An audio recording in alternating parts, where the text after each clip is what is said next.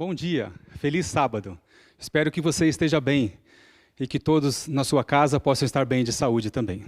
Nós queremos iniciar o nosso culto dessa manhã cantando o hino O Poder do Amor. Vamos cantar juntos.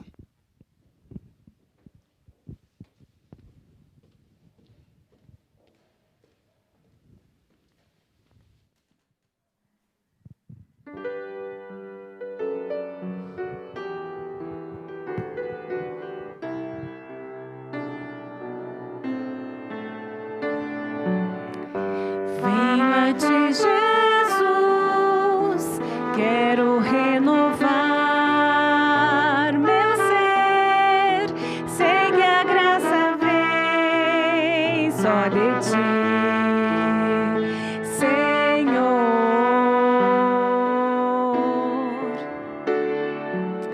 Eu descobri, ó Deus, que tudo que é mal em mim vai se transformar com o poder do amor.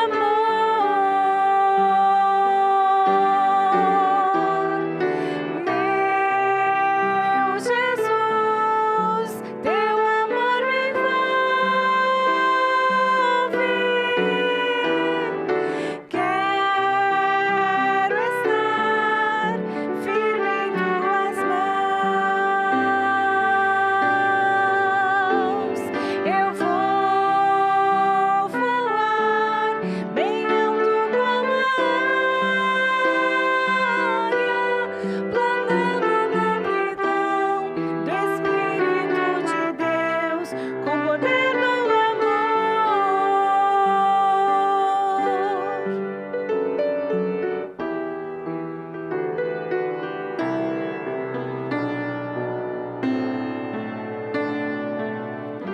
Abre os olhos meus, quero ver o teu olhar.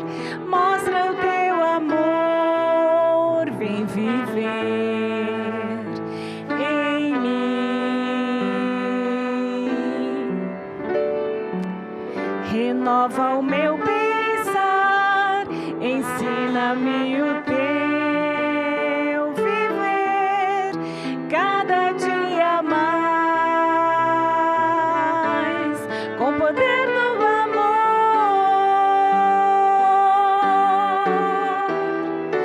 Meu Jesus, teu amor me envolve. Quero estar firme em tuas mãos. Eu vou voar bem alto como a águia, planando na amplidão do Espírito de Deus, com o poder do amor.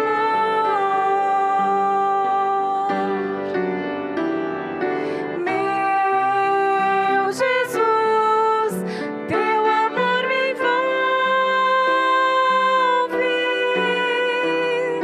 Quero estar firme em tuas mãos.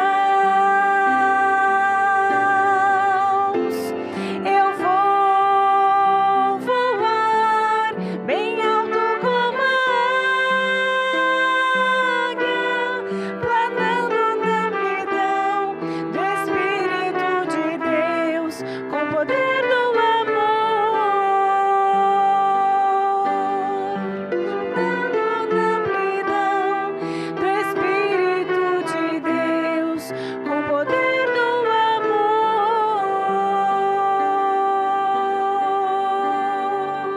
Amém.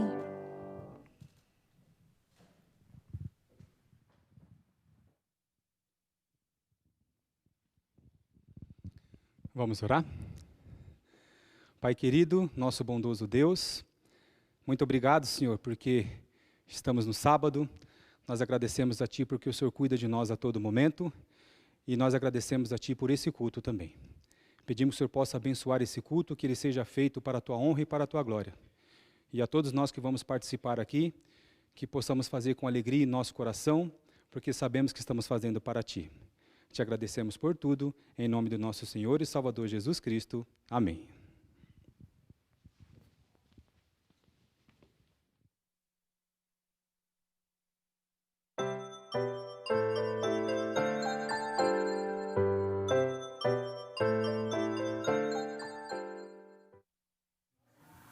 Bem, feliz sábado. Eu espero que você esteja bem. Está se cuidando? Lembre sempre que Jesus está cuidando de cada um de nós. A historinha de hoje tem como título A Hora da Verdade. E ela vem nos ensinar que o verdadeiro perdão, ele nasce de um amor que não procura os seus próprios interesses. Um amor que não fica contando quantos erros os outros fizeram para a gente. Olha só, esse aqui é José. Isso mesmo. Aquele José que foi vendido pelos seus irmãos como escravo.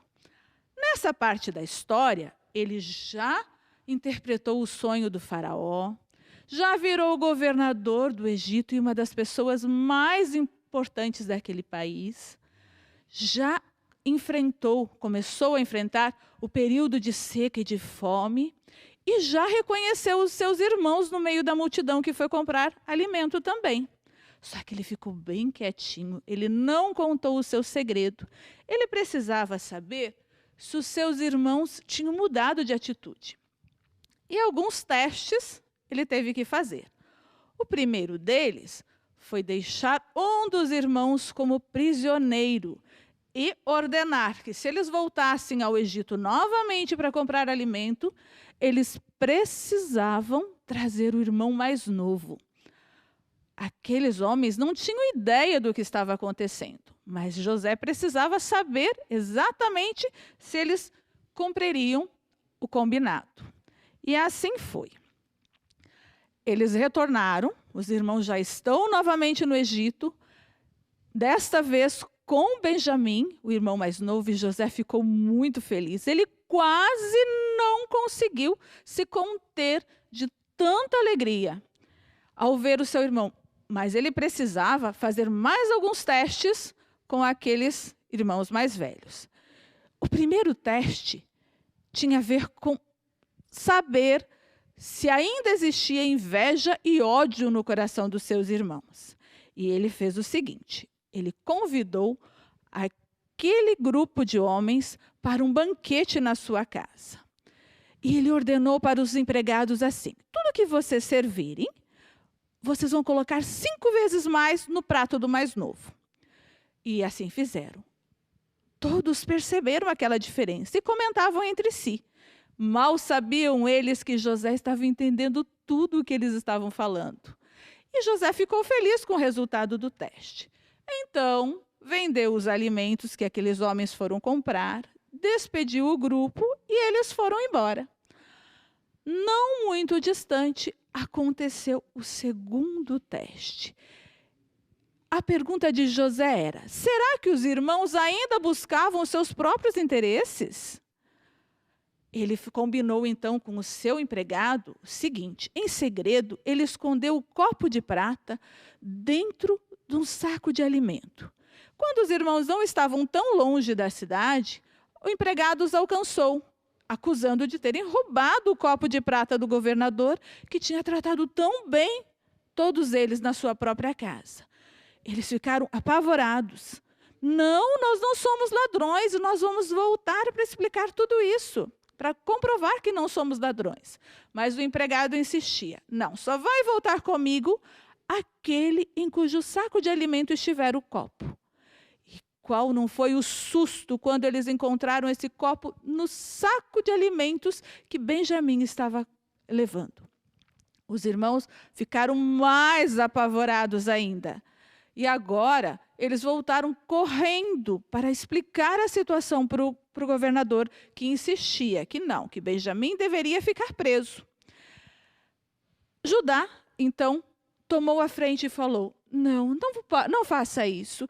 Esse filho é muito querido do nosso pai, que já sofre muito por ter perdido um outro filho. Por favor, deixe que eu fique no lugar. E dentro de toda essa comoção, José, então, decidiu que era a hora da verdade. E ele contou para os seus irmãos que ele era o irmão desaparecido. Aqueles homens não sabiam o que falar. E agora? O que ia acontecer? Mas José chamou para pertinho, revelou quem ele era. Eles, então, foram abraçados, beijados, pediram perdão, se desculparam e José perdoou a cada um deles. No final de tudo, essa história teve um final bem feliz. E ela nos ensina, e nós precisamos nos lembrar sempre, que Deus honra aqueles que lhe são fiéis e perdoa aqueles que se arrependem. Vamos orar? Feche os seus olhos. Querido e bom Deus, muito obrigada por nos ajudar em todas as situações. Por favor, nos ajude sempre a sermos verdadeiros e a fazermos só o bem. Em nome de Jesus, amém.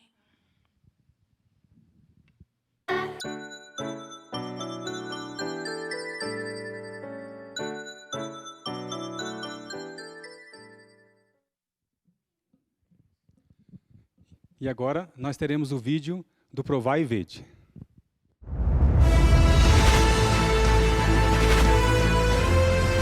Provai e Vede. História de hoje, de olho na missão. Meu nome é Janina Osório, sou adventista de nascimento. Atualmente estou vivendo na cidade de Libertador San Martín, na Argentina, porque estou estudando na Universidade Adventista do Puigari. Na minha infância, a minha professora de escola sabatina acendeu a minha paixão pela missão quando li as histórias da carta missionária.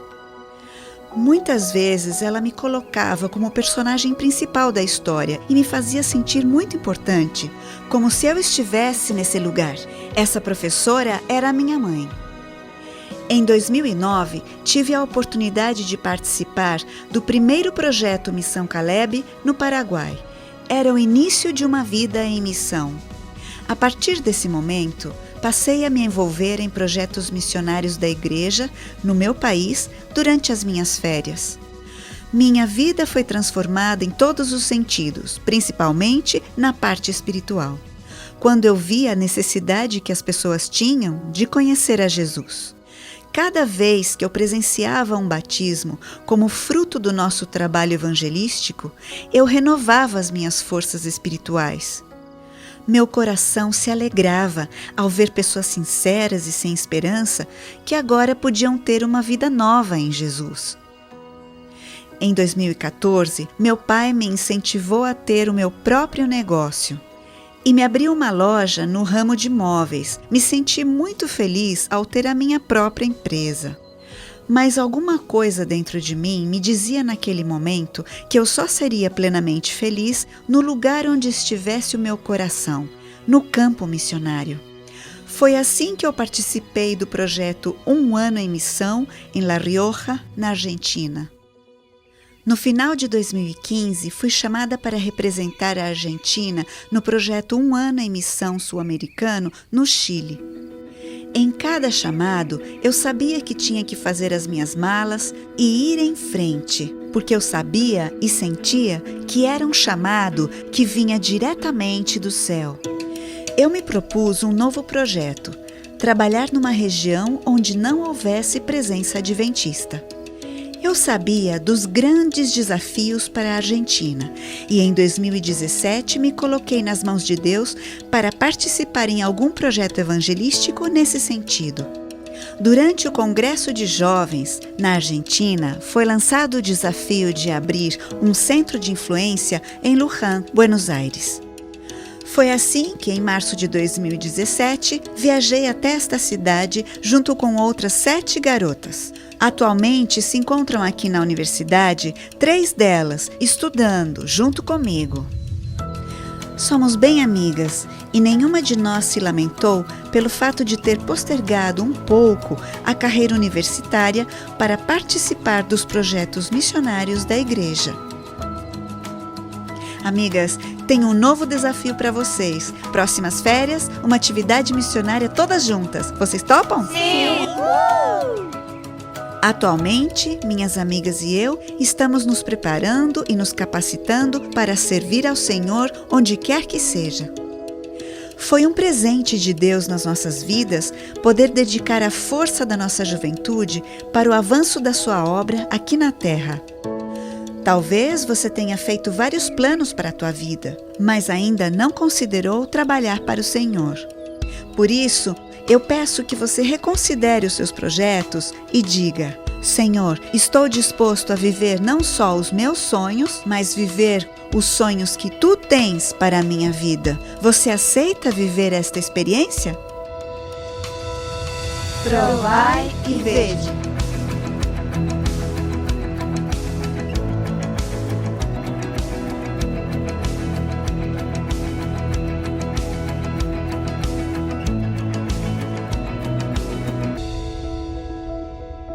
Que experiência extraordinária de fé viveu e vive a Janina, uma das nossas alunas da Universidade Adventista do Puigre, aqui na Argentina. Agora te convido para que juntos possamos adorar ao nosso Deus através dos nossos dízimos e ofertas. Que o Senhor te abençoe. E hoje, irmãos, a nossa igreja também vai estar aberta a partir das 14 horas, das 14 até as 18. Para você que precisa vir aqui, que gostaria de vir aqui na igreja fazer uma oração, entregar o seu dízimo, as suas ofertas, ter um momento a sós com Deus na igreja, a igreja vai estar aberta então das 14 até as 18 horas.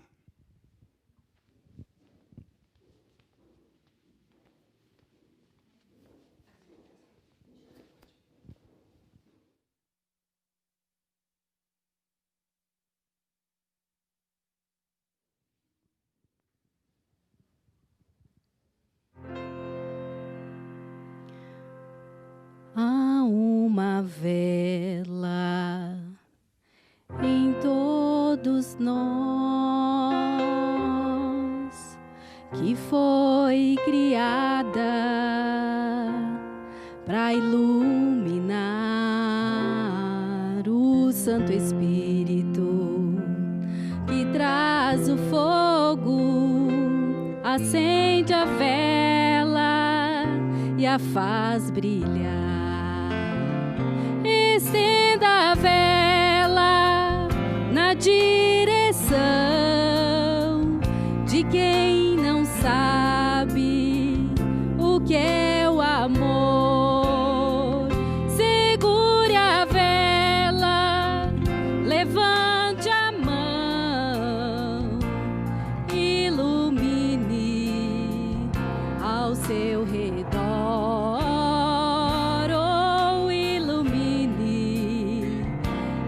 Seu redor.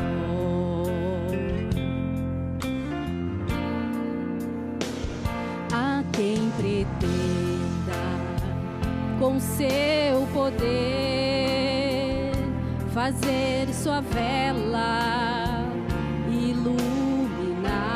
iluminar, mas sem o fogo do Santo Espírito sua vela nunca irá brilhar.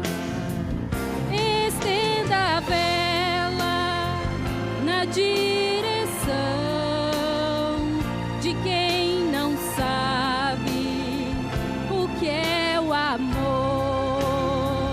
Segure a vela, levante a mão, ilumine ao seu redor, oh, ilumine ao seu redor.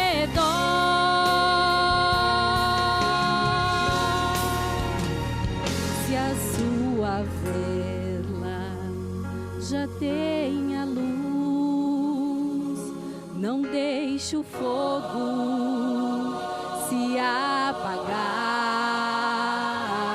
pedindo a Deus que por Jesus sua vela esteja sempre a brilhar. Estenda a vela na direção de quem não sabe o que é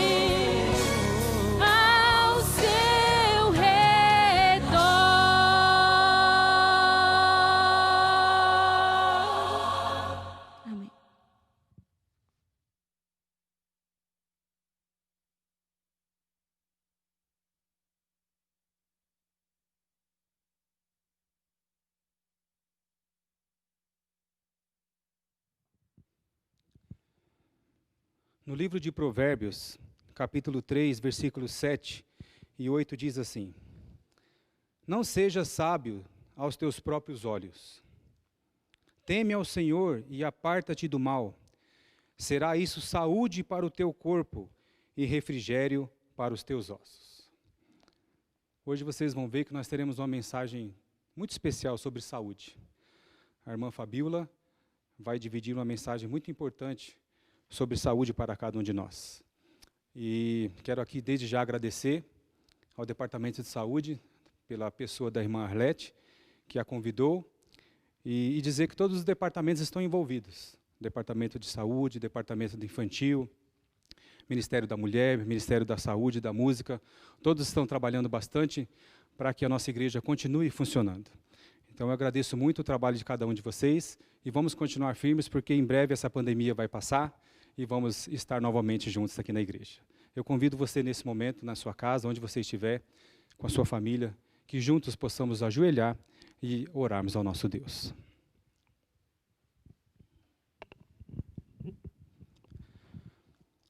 Nosso querido bom Deus, maravilhoso Pai, louvado e exaltado seja seu santo e bondoso nome. Mais uma vez estamos aqui na igreja, agradecidos, Senhor, por tudo que o Senhor faz por nós.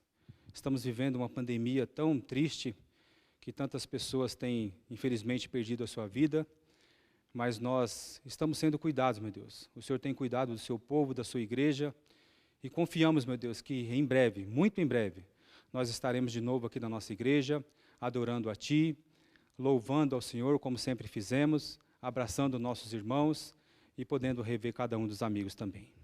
Mas enquanto esse dia não chega, nós teremos que fazer o nosso culto assim. E nesse momento, meu Deus, nós estamos todos de joelhos, nas nossas casas e aqui na igreja, para dizer que o Senhor é o nosso Deus. Não importa em que momento que estamos vivendo do mundo, o Senhor é e sempre continuará sendo o nosso bondoso e maravilhoso Deus. Rogamos a Ti, meu Deus, por aquelas pessoas que estão nos hospitais, ainda estão com essa doença. Que o Senhor possa abençoá-los, que o Senhor possa restaurar a saúde de cada um. E que essa vacina que estão desenvolvendo também possa sair o mais rápido possível. Que o Senhor cure as nossas doenças, as nossas enfermidades que nós temos, mas principalmente a enfermidade do pecado, que tenta fazer com que cada dia a gente se afaste de Ti. Nós agradecemos por tudo e pedimos que o Senhor possa abençoar neste momento a irmã Fabíola, que vai dividir essa mensagem de saúde tão importante para cada um de nós. Que o Senhor a unja com o poder do Espírito Santo e que ela fale movida por Ti. E que a todos nós que estamos em casa ou aqui na igreja, nós possamos ser cheios de saúde para continuarmos pregando o Seu Evangelho. Te agradecemos por tudo, em nome do nosso Senhor e Salvador Jesus Cristo. Amém.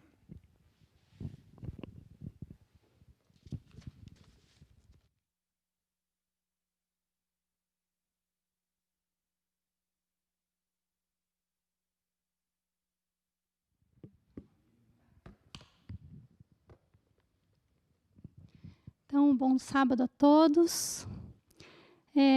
O assunto de hoje é saúde. É um assunto onde muitos não gostam de escutar, mas de verdade eu queria que você abrisse o teu coração, porque Deus quer falar contigo nessa manhã. Que Deus possa te mostrar qual é o plano dele para a nossa vida aqui nos finais dos tempos. Por isso que o título desse sermão é Saúde e o Final dos Tempos. Então vamos lá. Nós temos estudado na lição da Escola Sabatina como Cristo agia. E nós vemos que Ele fazia amigos para poder pregar o Evangelho. Basicamente, Cristo agia de duas maneiras, curando e pregando. Ele fazia muitos milagres. E alguém pode me perguntar, por que hoje não existem tantos milagres como acontecia na época de Cristo? Nós temos uma resposta para isso. E essa resposta está no Grande Conflito, página 604. Ela diz assim: a crença nas manifestações espiritualistas abre porta aos espíritos enganadores e doutrinas de demônios. Sabe? Cristo nos alertou que no final dos tempos haveriam muitos sinais e muitos milagres, que se possível fosse enganariam até os próprios escolhidos. Quando nós vemos milagres, entendam bem o que eu vou dizer. É muito difícil nós conseguirmos identificar se o milagre que está sendo realizado vem de Deus ou não. E como Deus sabia que no final dos tempos seria muito difícil isso, e que Satanás se utilizaria sim dos milagres para poder angariar pessoas ao lado dele,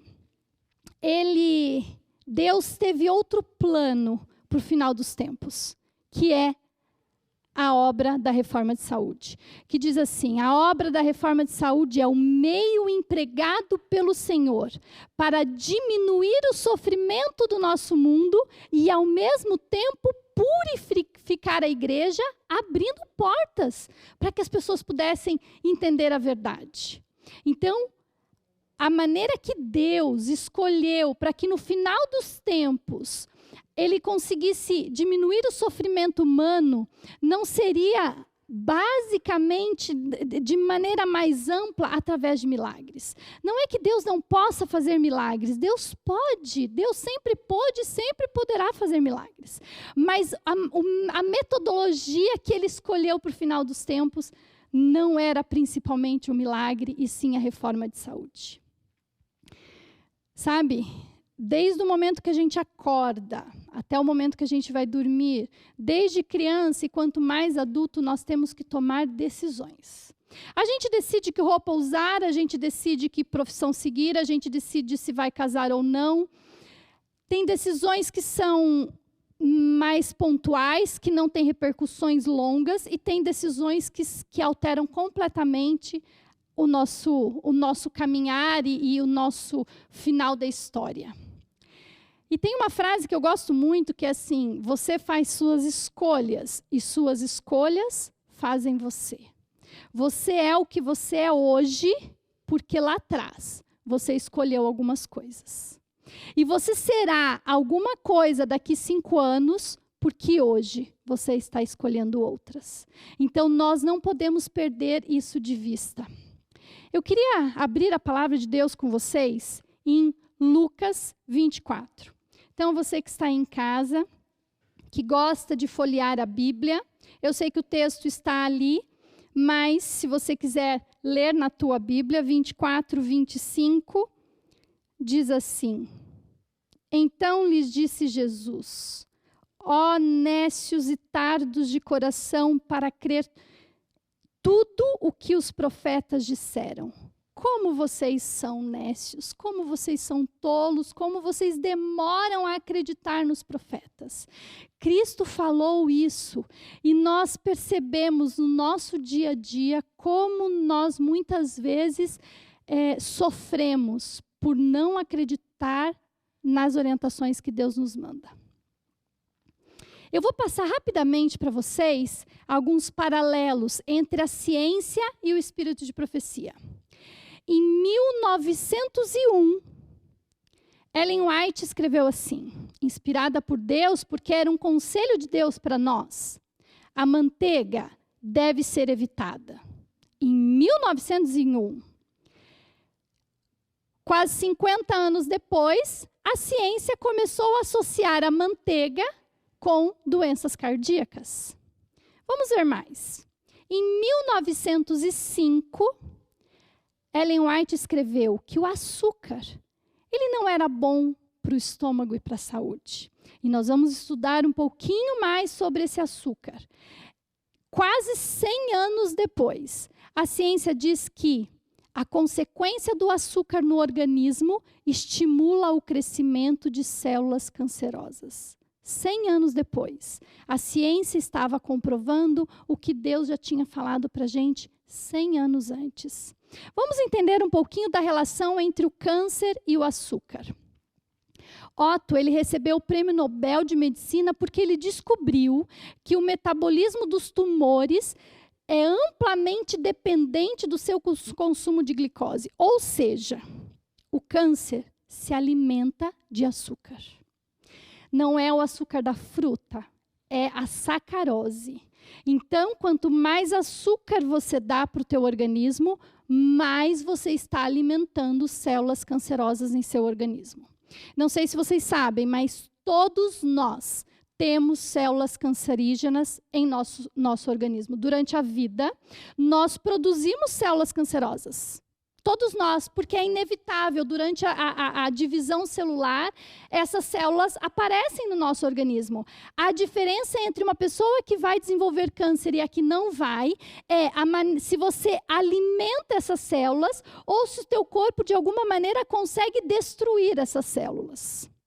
Então, tem um livro que chama Anticâncer, muita coisa eu tirei desse livro, vocês estão vendo na tela, que ele fala como é que o metabolismo dos tumores ele funciona, ele acontece. Então, ele descobriu primeiramente que o câncer ele se alimenta desse açúcar. E eu queria passar para vocês um dado muito interessante. Em 1830, esse livro também que traz essa informação, em 1830, o mundo consumia em torno de cada pessoa, tá? 5 quilos de açúcar por ano. Como é que fizeram isso? Viram a produção de açúcar naquele período, viram a população daquele período e dividiram a quantidade de açúcar pela população para ver mais ou menos quanto é que ficaria por pessoa. E deu 5 quilos de açúcar por pessoa em 1830. Vocês não fazem ideia. No ano 2000, a produção de açúcar por pessoa ficou para 70 quilos de açúcar por pessoa. E quando a gente vê isso, o dado que eu peguei, então, foi do ano 2000, nós já estamos em 2020, com certeza não é mais 70, é um número maior do que isso, mas eu não tenho essa informação. Mas o livro nos fala quanto que o nosso corpo dá conta de processar esse açúcar sem dano? 2 quilos. Então, pensem, a nossa maneira de viver, o nosso dia a dia, o que o Espírito de Profecia nos orientou lá atrás, e a ciência é o que tem nos mostrado cada vez mais como esse açúcar é danoso e como o nosso organismo não tolera ele. Em 2009, a revista Veja publicou Açúcar, acharam o culpado. Quase 100 anos antes, o Espírito de Profecia já estava nos revelando isso, né? Nós não precisávamos esperar 100 anos para que a ciência pudesse nos dizer que o açúcar era prejudicial à nossa saúde.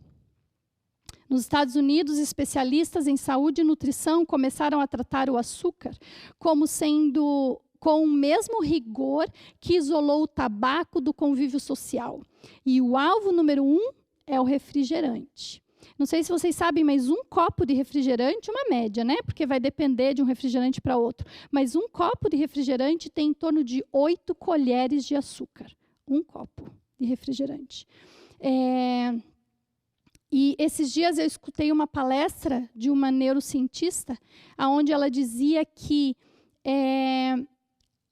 o vício do açúcar em ratos é muito mais difícil dela tirar esse vício do açúcar do que o vício da cocaína. Nós temos que repensar o nosso dia a dia, nós temos que repensar as coisas que nós estamos sendo expostos, e eu vou mostrar por quê, tá? Eu quero levar vocês a entenderem por que Deus se preocupa em cuidar da nossa saúde. Em 1896, então, ainda continuando naquele paralelo, em 1896, Ellen White escreveu que cânceres e tumores é em grande parte ao uso de carne de animais mortos, em 1896. E a ciência deu. Em 2005, publicou que na Europa um estudo famoso que segue 400.000 pessoas em 10 países diferentes chegou à conclusão em relação ao câncer de colo, mais risco entre os comedores de carne. Eu quero explicar um pouco para vocês qual é a relação da carne com o câncer. Porque muitos podem falar assim, mas antigamente se comia carne e nunca teve esse problema. Por que hoje as pessoas ficam fazendo isso? Eu quero que vocês entendam. É claro que Deus já sabia de tudo que eu vou falar para vocês aqui. Ele sabia como seria o mundo no final dos tempos. E por isso que ele nos orientou. Eu vou falar um pouquinho para vocês, bem rapidamente, de como funciona o ômega 3 e o ômega 6. Os ômegas, eles são ácidos graxos. O que é isso? São gorduras. E eles são ácidos graxos essenciais. Significa que o nosso organismo não produz, a gente tem que ingeri-los de alguma maneira. E eles são gorduras fundamentais para o metabolismo de várias coisas em nosso organismo. Então, e o equilíbrio entre eles, o equilíbrio da nossa fisiologia, ele se dá dentre, claro, montes de coisa, não é só isso, mas inclui esse equilíbrio entre o ômega 6 e o ômega 3. Para vocês entenderem, o ômega 3, ele tem uma das funções é de diminuir a inflamação do nosso organismo. O ômega 6 tem a função de aumentar a inflamação do nosso organismo. E por que a inflamação, até certo ponto, ela é importante para o nosso organismo? Quando você faz um machucado, você precisa que haja um processo inflamatório para que as células possam migrar. Então, esse processo inflamatório, ele chama as células para que elas possam, determinadas células, obviamente, para que essas células possam migrar e combater alguma infecção que tenha e fazer o processo de reconstrução. Então, todo o processo inflamatório no nosso organismo é necessário. Mas, vocês mesmos sabem que quando a inflamação passa do limite, nós temos que tomar anti-inflamatórios. Por quê? Porque aquela inflamação foi além do que ela deveria ir. E é isso. A nossa inflamação tem que estar equilibrada. Eu não posso não ter inflamação, porque muitas vezes eu preciso dela, mas eu não posso que ela esteja elevada. E vocês vão entender um pouco mais para frente. Então, e esse equilíbrio inflamatório no nosso organismo mudou completamente dos últimos 50 anos para cá. E por que mudou? Com o aumento dos laticínios e do consumo da carne bovina, aconteceu o seguinte: reduziu o pasto. Porque eles tinham que fazer, era uma quantidade gigantesca de animais. Então, não tinha mais como fazer pasto para que todos eles se alimentassem. Foi necessário a produção de ração. E com essa produção de ração, a ração dada para os animais, ela contém muito menos ômega 3 e muito mais ômega 6. E é esse o problema que nós temos. Então, esses óleos essenciais que não são fabricados pelo corpo, mas que nós precisamos, ingeri-los, né? A carne, esse livro anticâncer, ele fez o seguinte: ele pegou bois que desde o seu nascimento comeram pasto. Só pasto, estavam livrinho e comeram pasto. E eles mataram aquele boi. Não é claro que não foi um só, né, gente? Era uma pesquisa, então fizeram isso com vários. Pegaram o boi ali, mataram e analisaram a carne desse boi. Pegaram outro boi que só comeu ração. Desde quando nasceu, foi comendo ração, comendo, mataram aquele boi e também analisaram a carne desses dois bois. E o que ele viu? O boi que come capim, ele tinha uma relação entre ômega 6 e ômega 3 de 1 para 1. O boi que come ração, ele tinha uma relação de ômega 3, tinha 1 ômega 3 para de 15 a 40 ômega 6. Se vocês viram como fez assim? Foi isso que mudou completamente a estrutura, o que está lá dentro da carne. E isso Deus já sabia. E a mesma coisa que acontece com os ovos das galinhas, tá? Elas deixaram de conter os ácidos graxos essenciais há 50 anos atrás. E este Instituto Nacional, ele viu que ovos produzidos pelas galinhas criadas com grãos de milho, que é quase tudo que a gente vê hoje em dia no mercado, ele contém 20 vezes mais ômega 6, que é o que aumenta a inflamação, em relação ao ômega 3. E agora eu vou falar o que tem a ver com o câncer. O câncer, além dele se alimentar do açúcar, ele precisa da inflamação para crescer. Então, o câncer é como se fosse um machucado, que quando nós temos um machucado, a gente produz certos hormônios pedindo ajuda para o corpo e fala assim, eu preciso de células para me ajudar a cicatrizar. Então, essa inflamação produz uns hormônios que chamam células de crescimento para regenerar o nosso tecido. O câncer é igual, só que como ele vai fazendo um processo inflamatório e ele chama essas células do crescimento, só que essas células do crescimento não são para regenerar a pele ou regenerar um órgão inflamado, são para fazer com que esse tumor cresça. Então, quanto mais inflamado está o teu organismo, mais o teu câncer cresce. Quanto menos inflamado ele está, menos esse tumor consegue se desenvolver. Entenderam por que nós estamos na era do câncer? Porque nossa alimentação mudou completamente, mas Deus sabia de tudo isso. Ele sabia como estaria os fast foods, ele sabia como estaria a nossa vida. A margarina, eu falei para vocês lá no começo, né? Em 1950, descobriu essa associação da margarina com gorduras de animais e doenças cardíacas. Aí, o que aconteceu? Em 1950, descobriu o problema da manteiga com doenças cardíacas. Aí eles falaram, então pronto, vamos resolver o problema. Já que a manteiga tem problema, vamos criar outra coisa. Em 1960, criaram a margarina. Só que o que eles não pensaram é que a margarina tem 70 vezes mais ômega 6 do que ômega 3. A margarina é um veneno para o nosso organismo. Então, já que a manteiga era ruim, eles criaram uma coisa pior ainda e nos vendem como se fosse uma coisa melhor.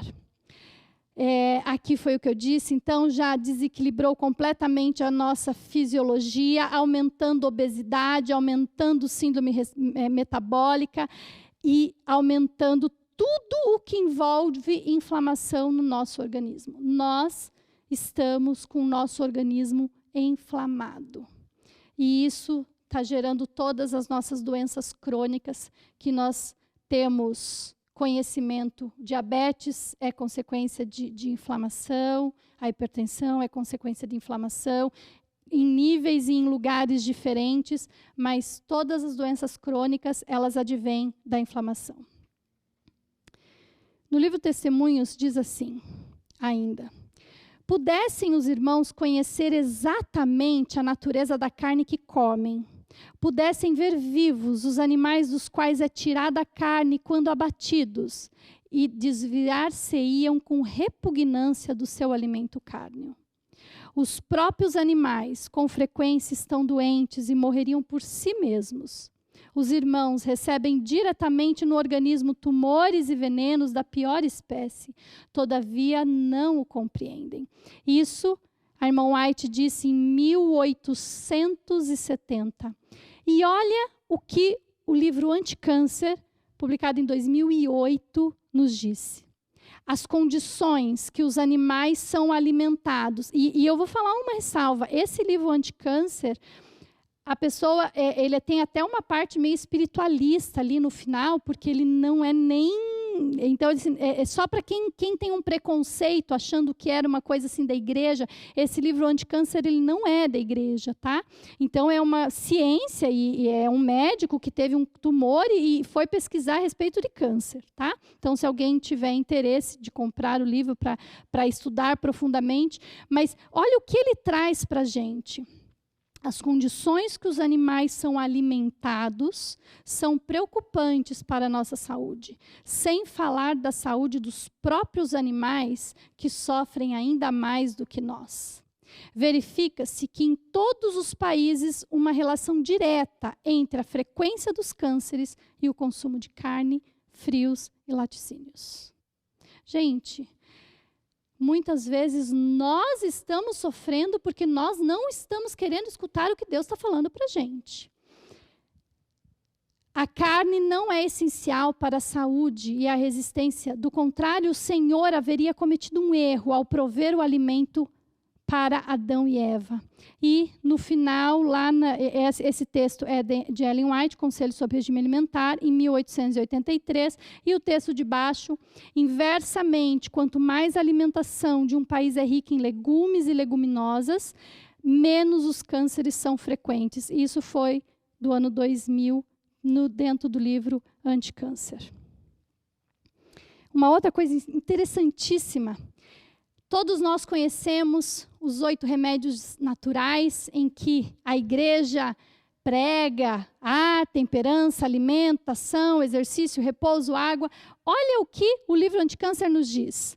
A alimentação, a falta de exercício físico, a qualidade do ar, a água e o estresse psicológico influenciam profundamente o terreno no qual o câncer pode se desenvolver. Gente, aqui estão todos os remédios naturais que nossa igreja prega.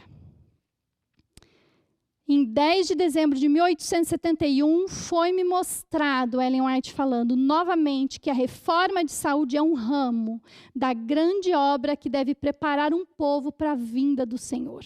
E fala que ela está ligada à mensagem angélica. Agora nós vamos entrar numa parte do sermão que fala o que tem tudo isso a ver, aonde é que entra a reforma de saúde no final dos tempos? Além do que eu já mostrei para vocês, que é a conta da nossa saúde mesmo, e de como o mundo estaria sendo gerido, né? Eu quero que vocês entendam, essa é a parte mais importante do sermão, que vocês entendam por que Deus se preocupa com a nossa alimentação. Vou falar aqui rapidamente.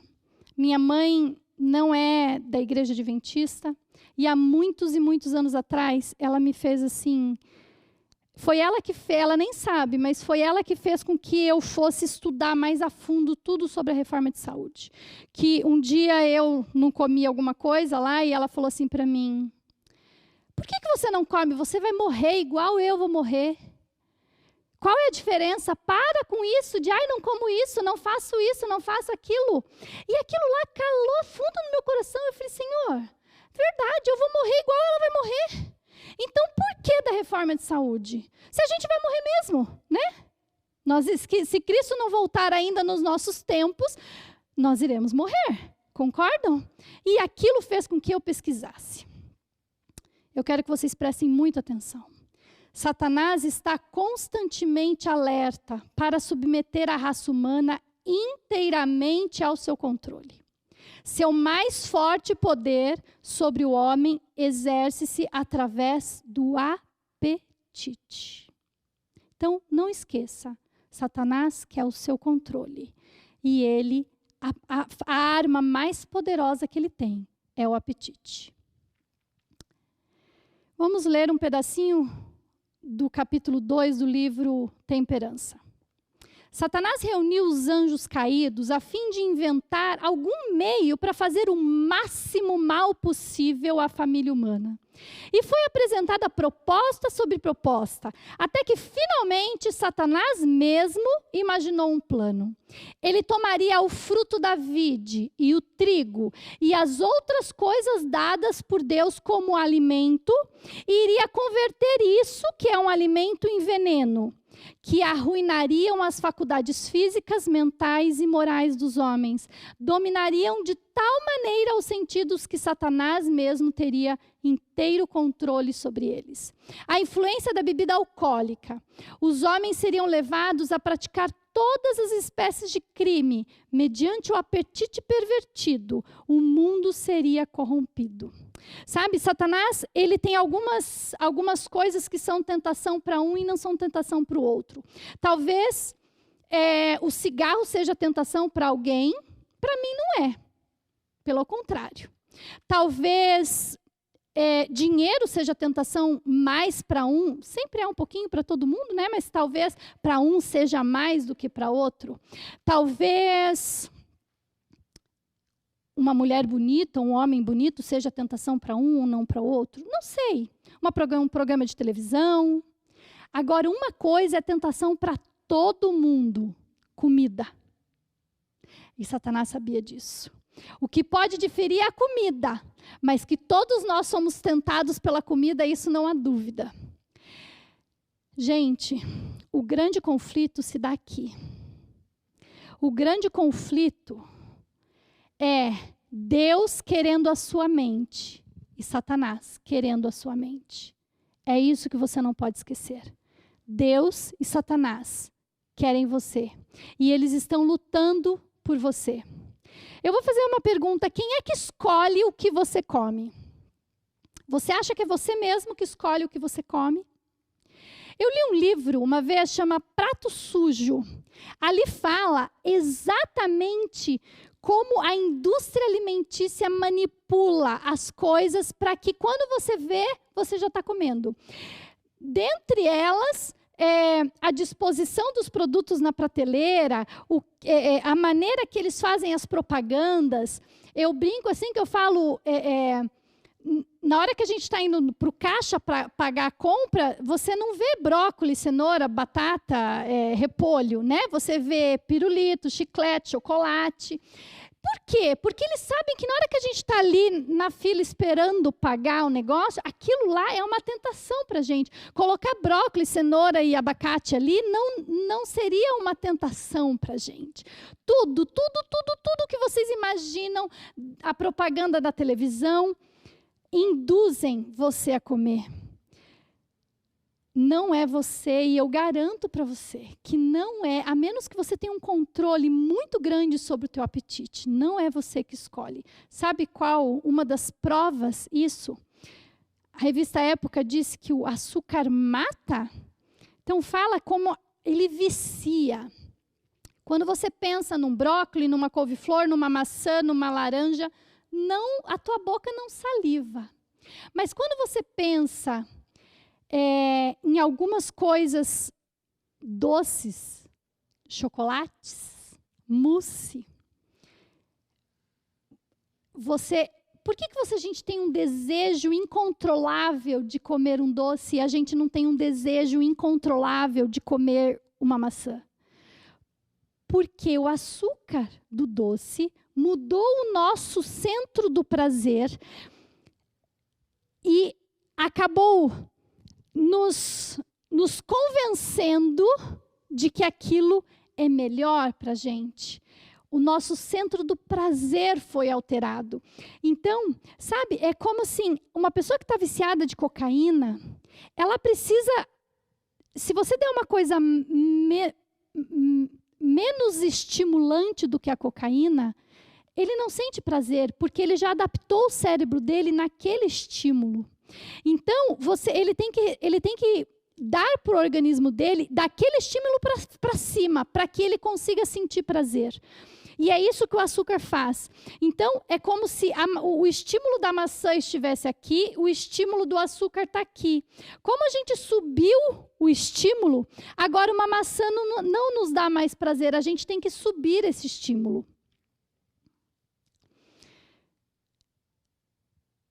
Um estudo também de ratos, publicado numa revista importante, sugere que o consumo de alimentos ricos em gordura leva ao desenvolvimento de um tipo de dependência com que afeta os viciados em cocaína e heroína. Não é só o açúcar que vicia, a gordura também vicia.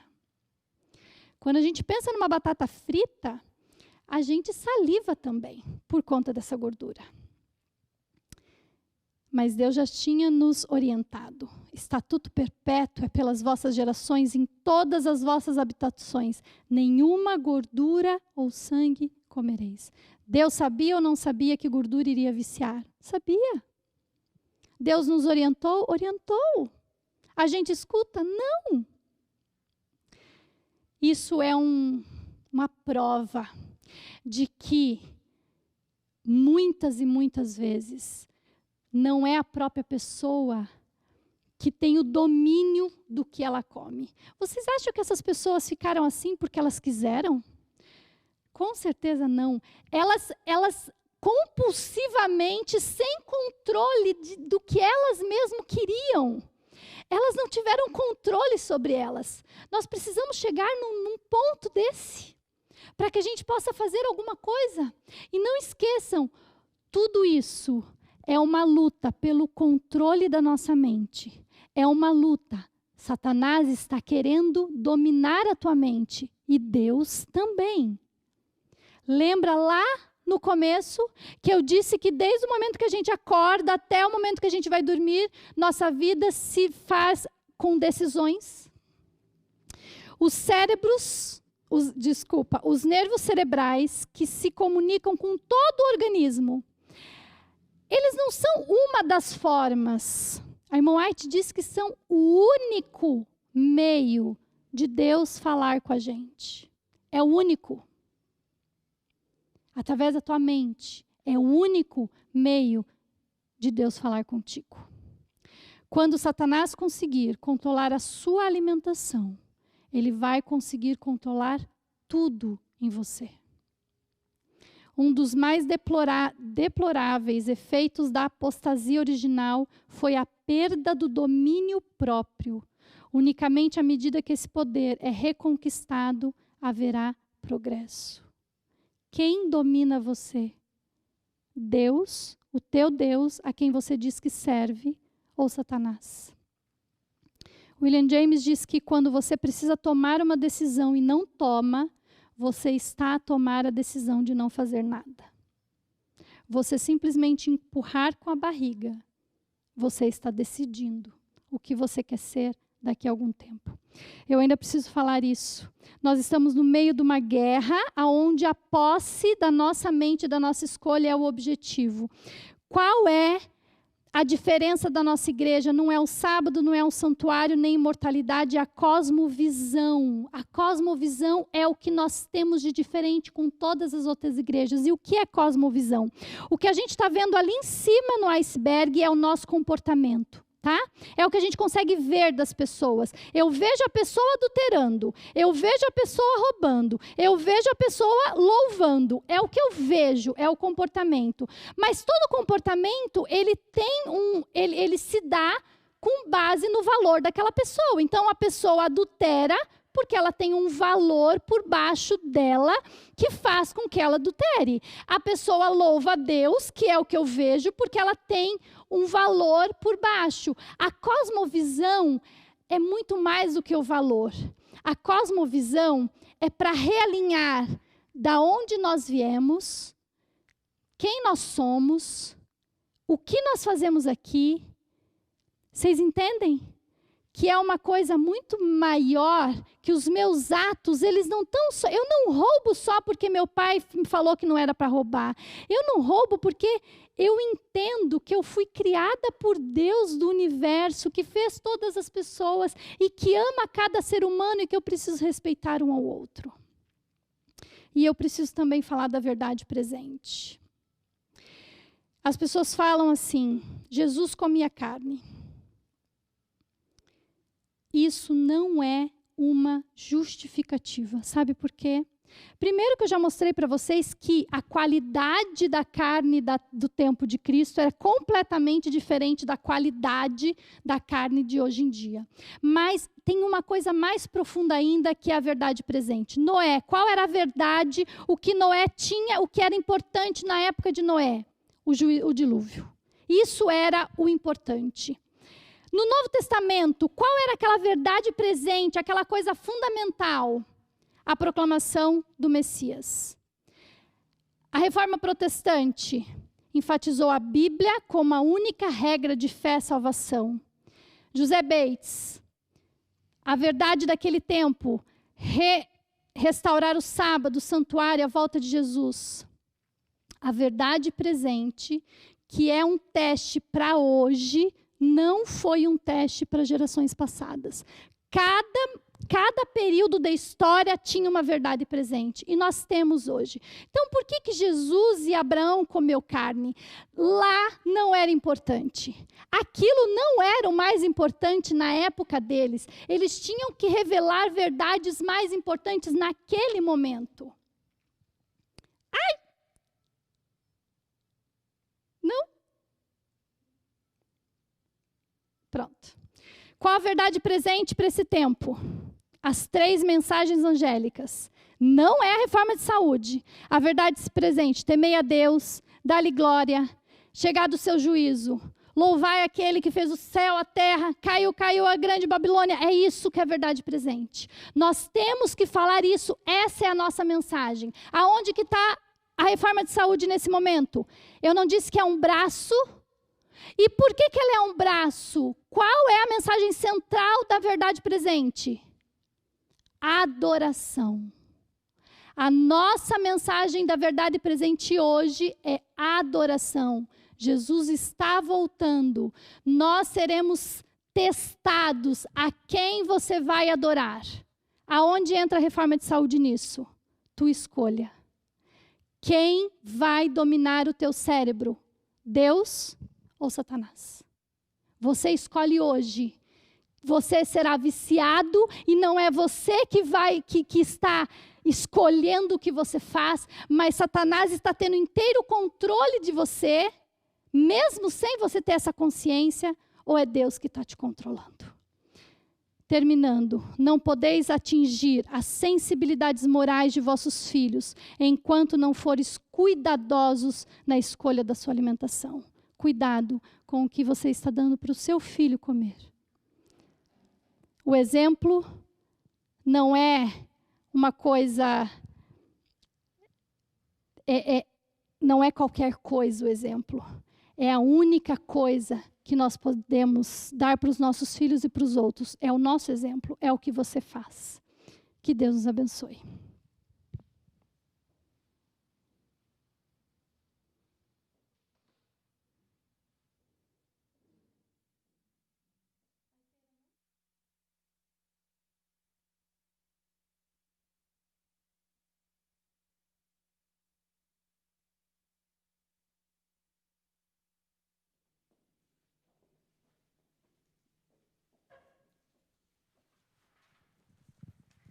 Nesse momento, eu convido você para que juntos cantemos o hino Rei dos Reis.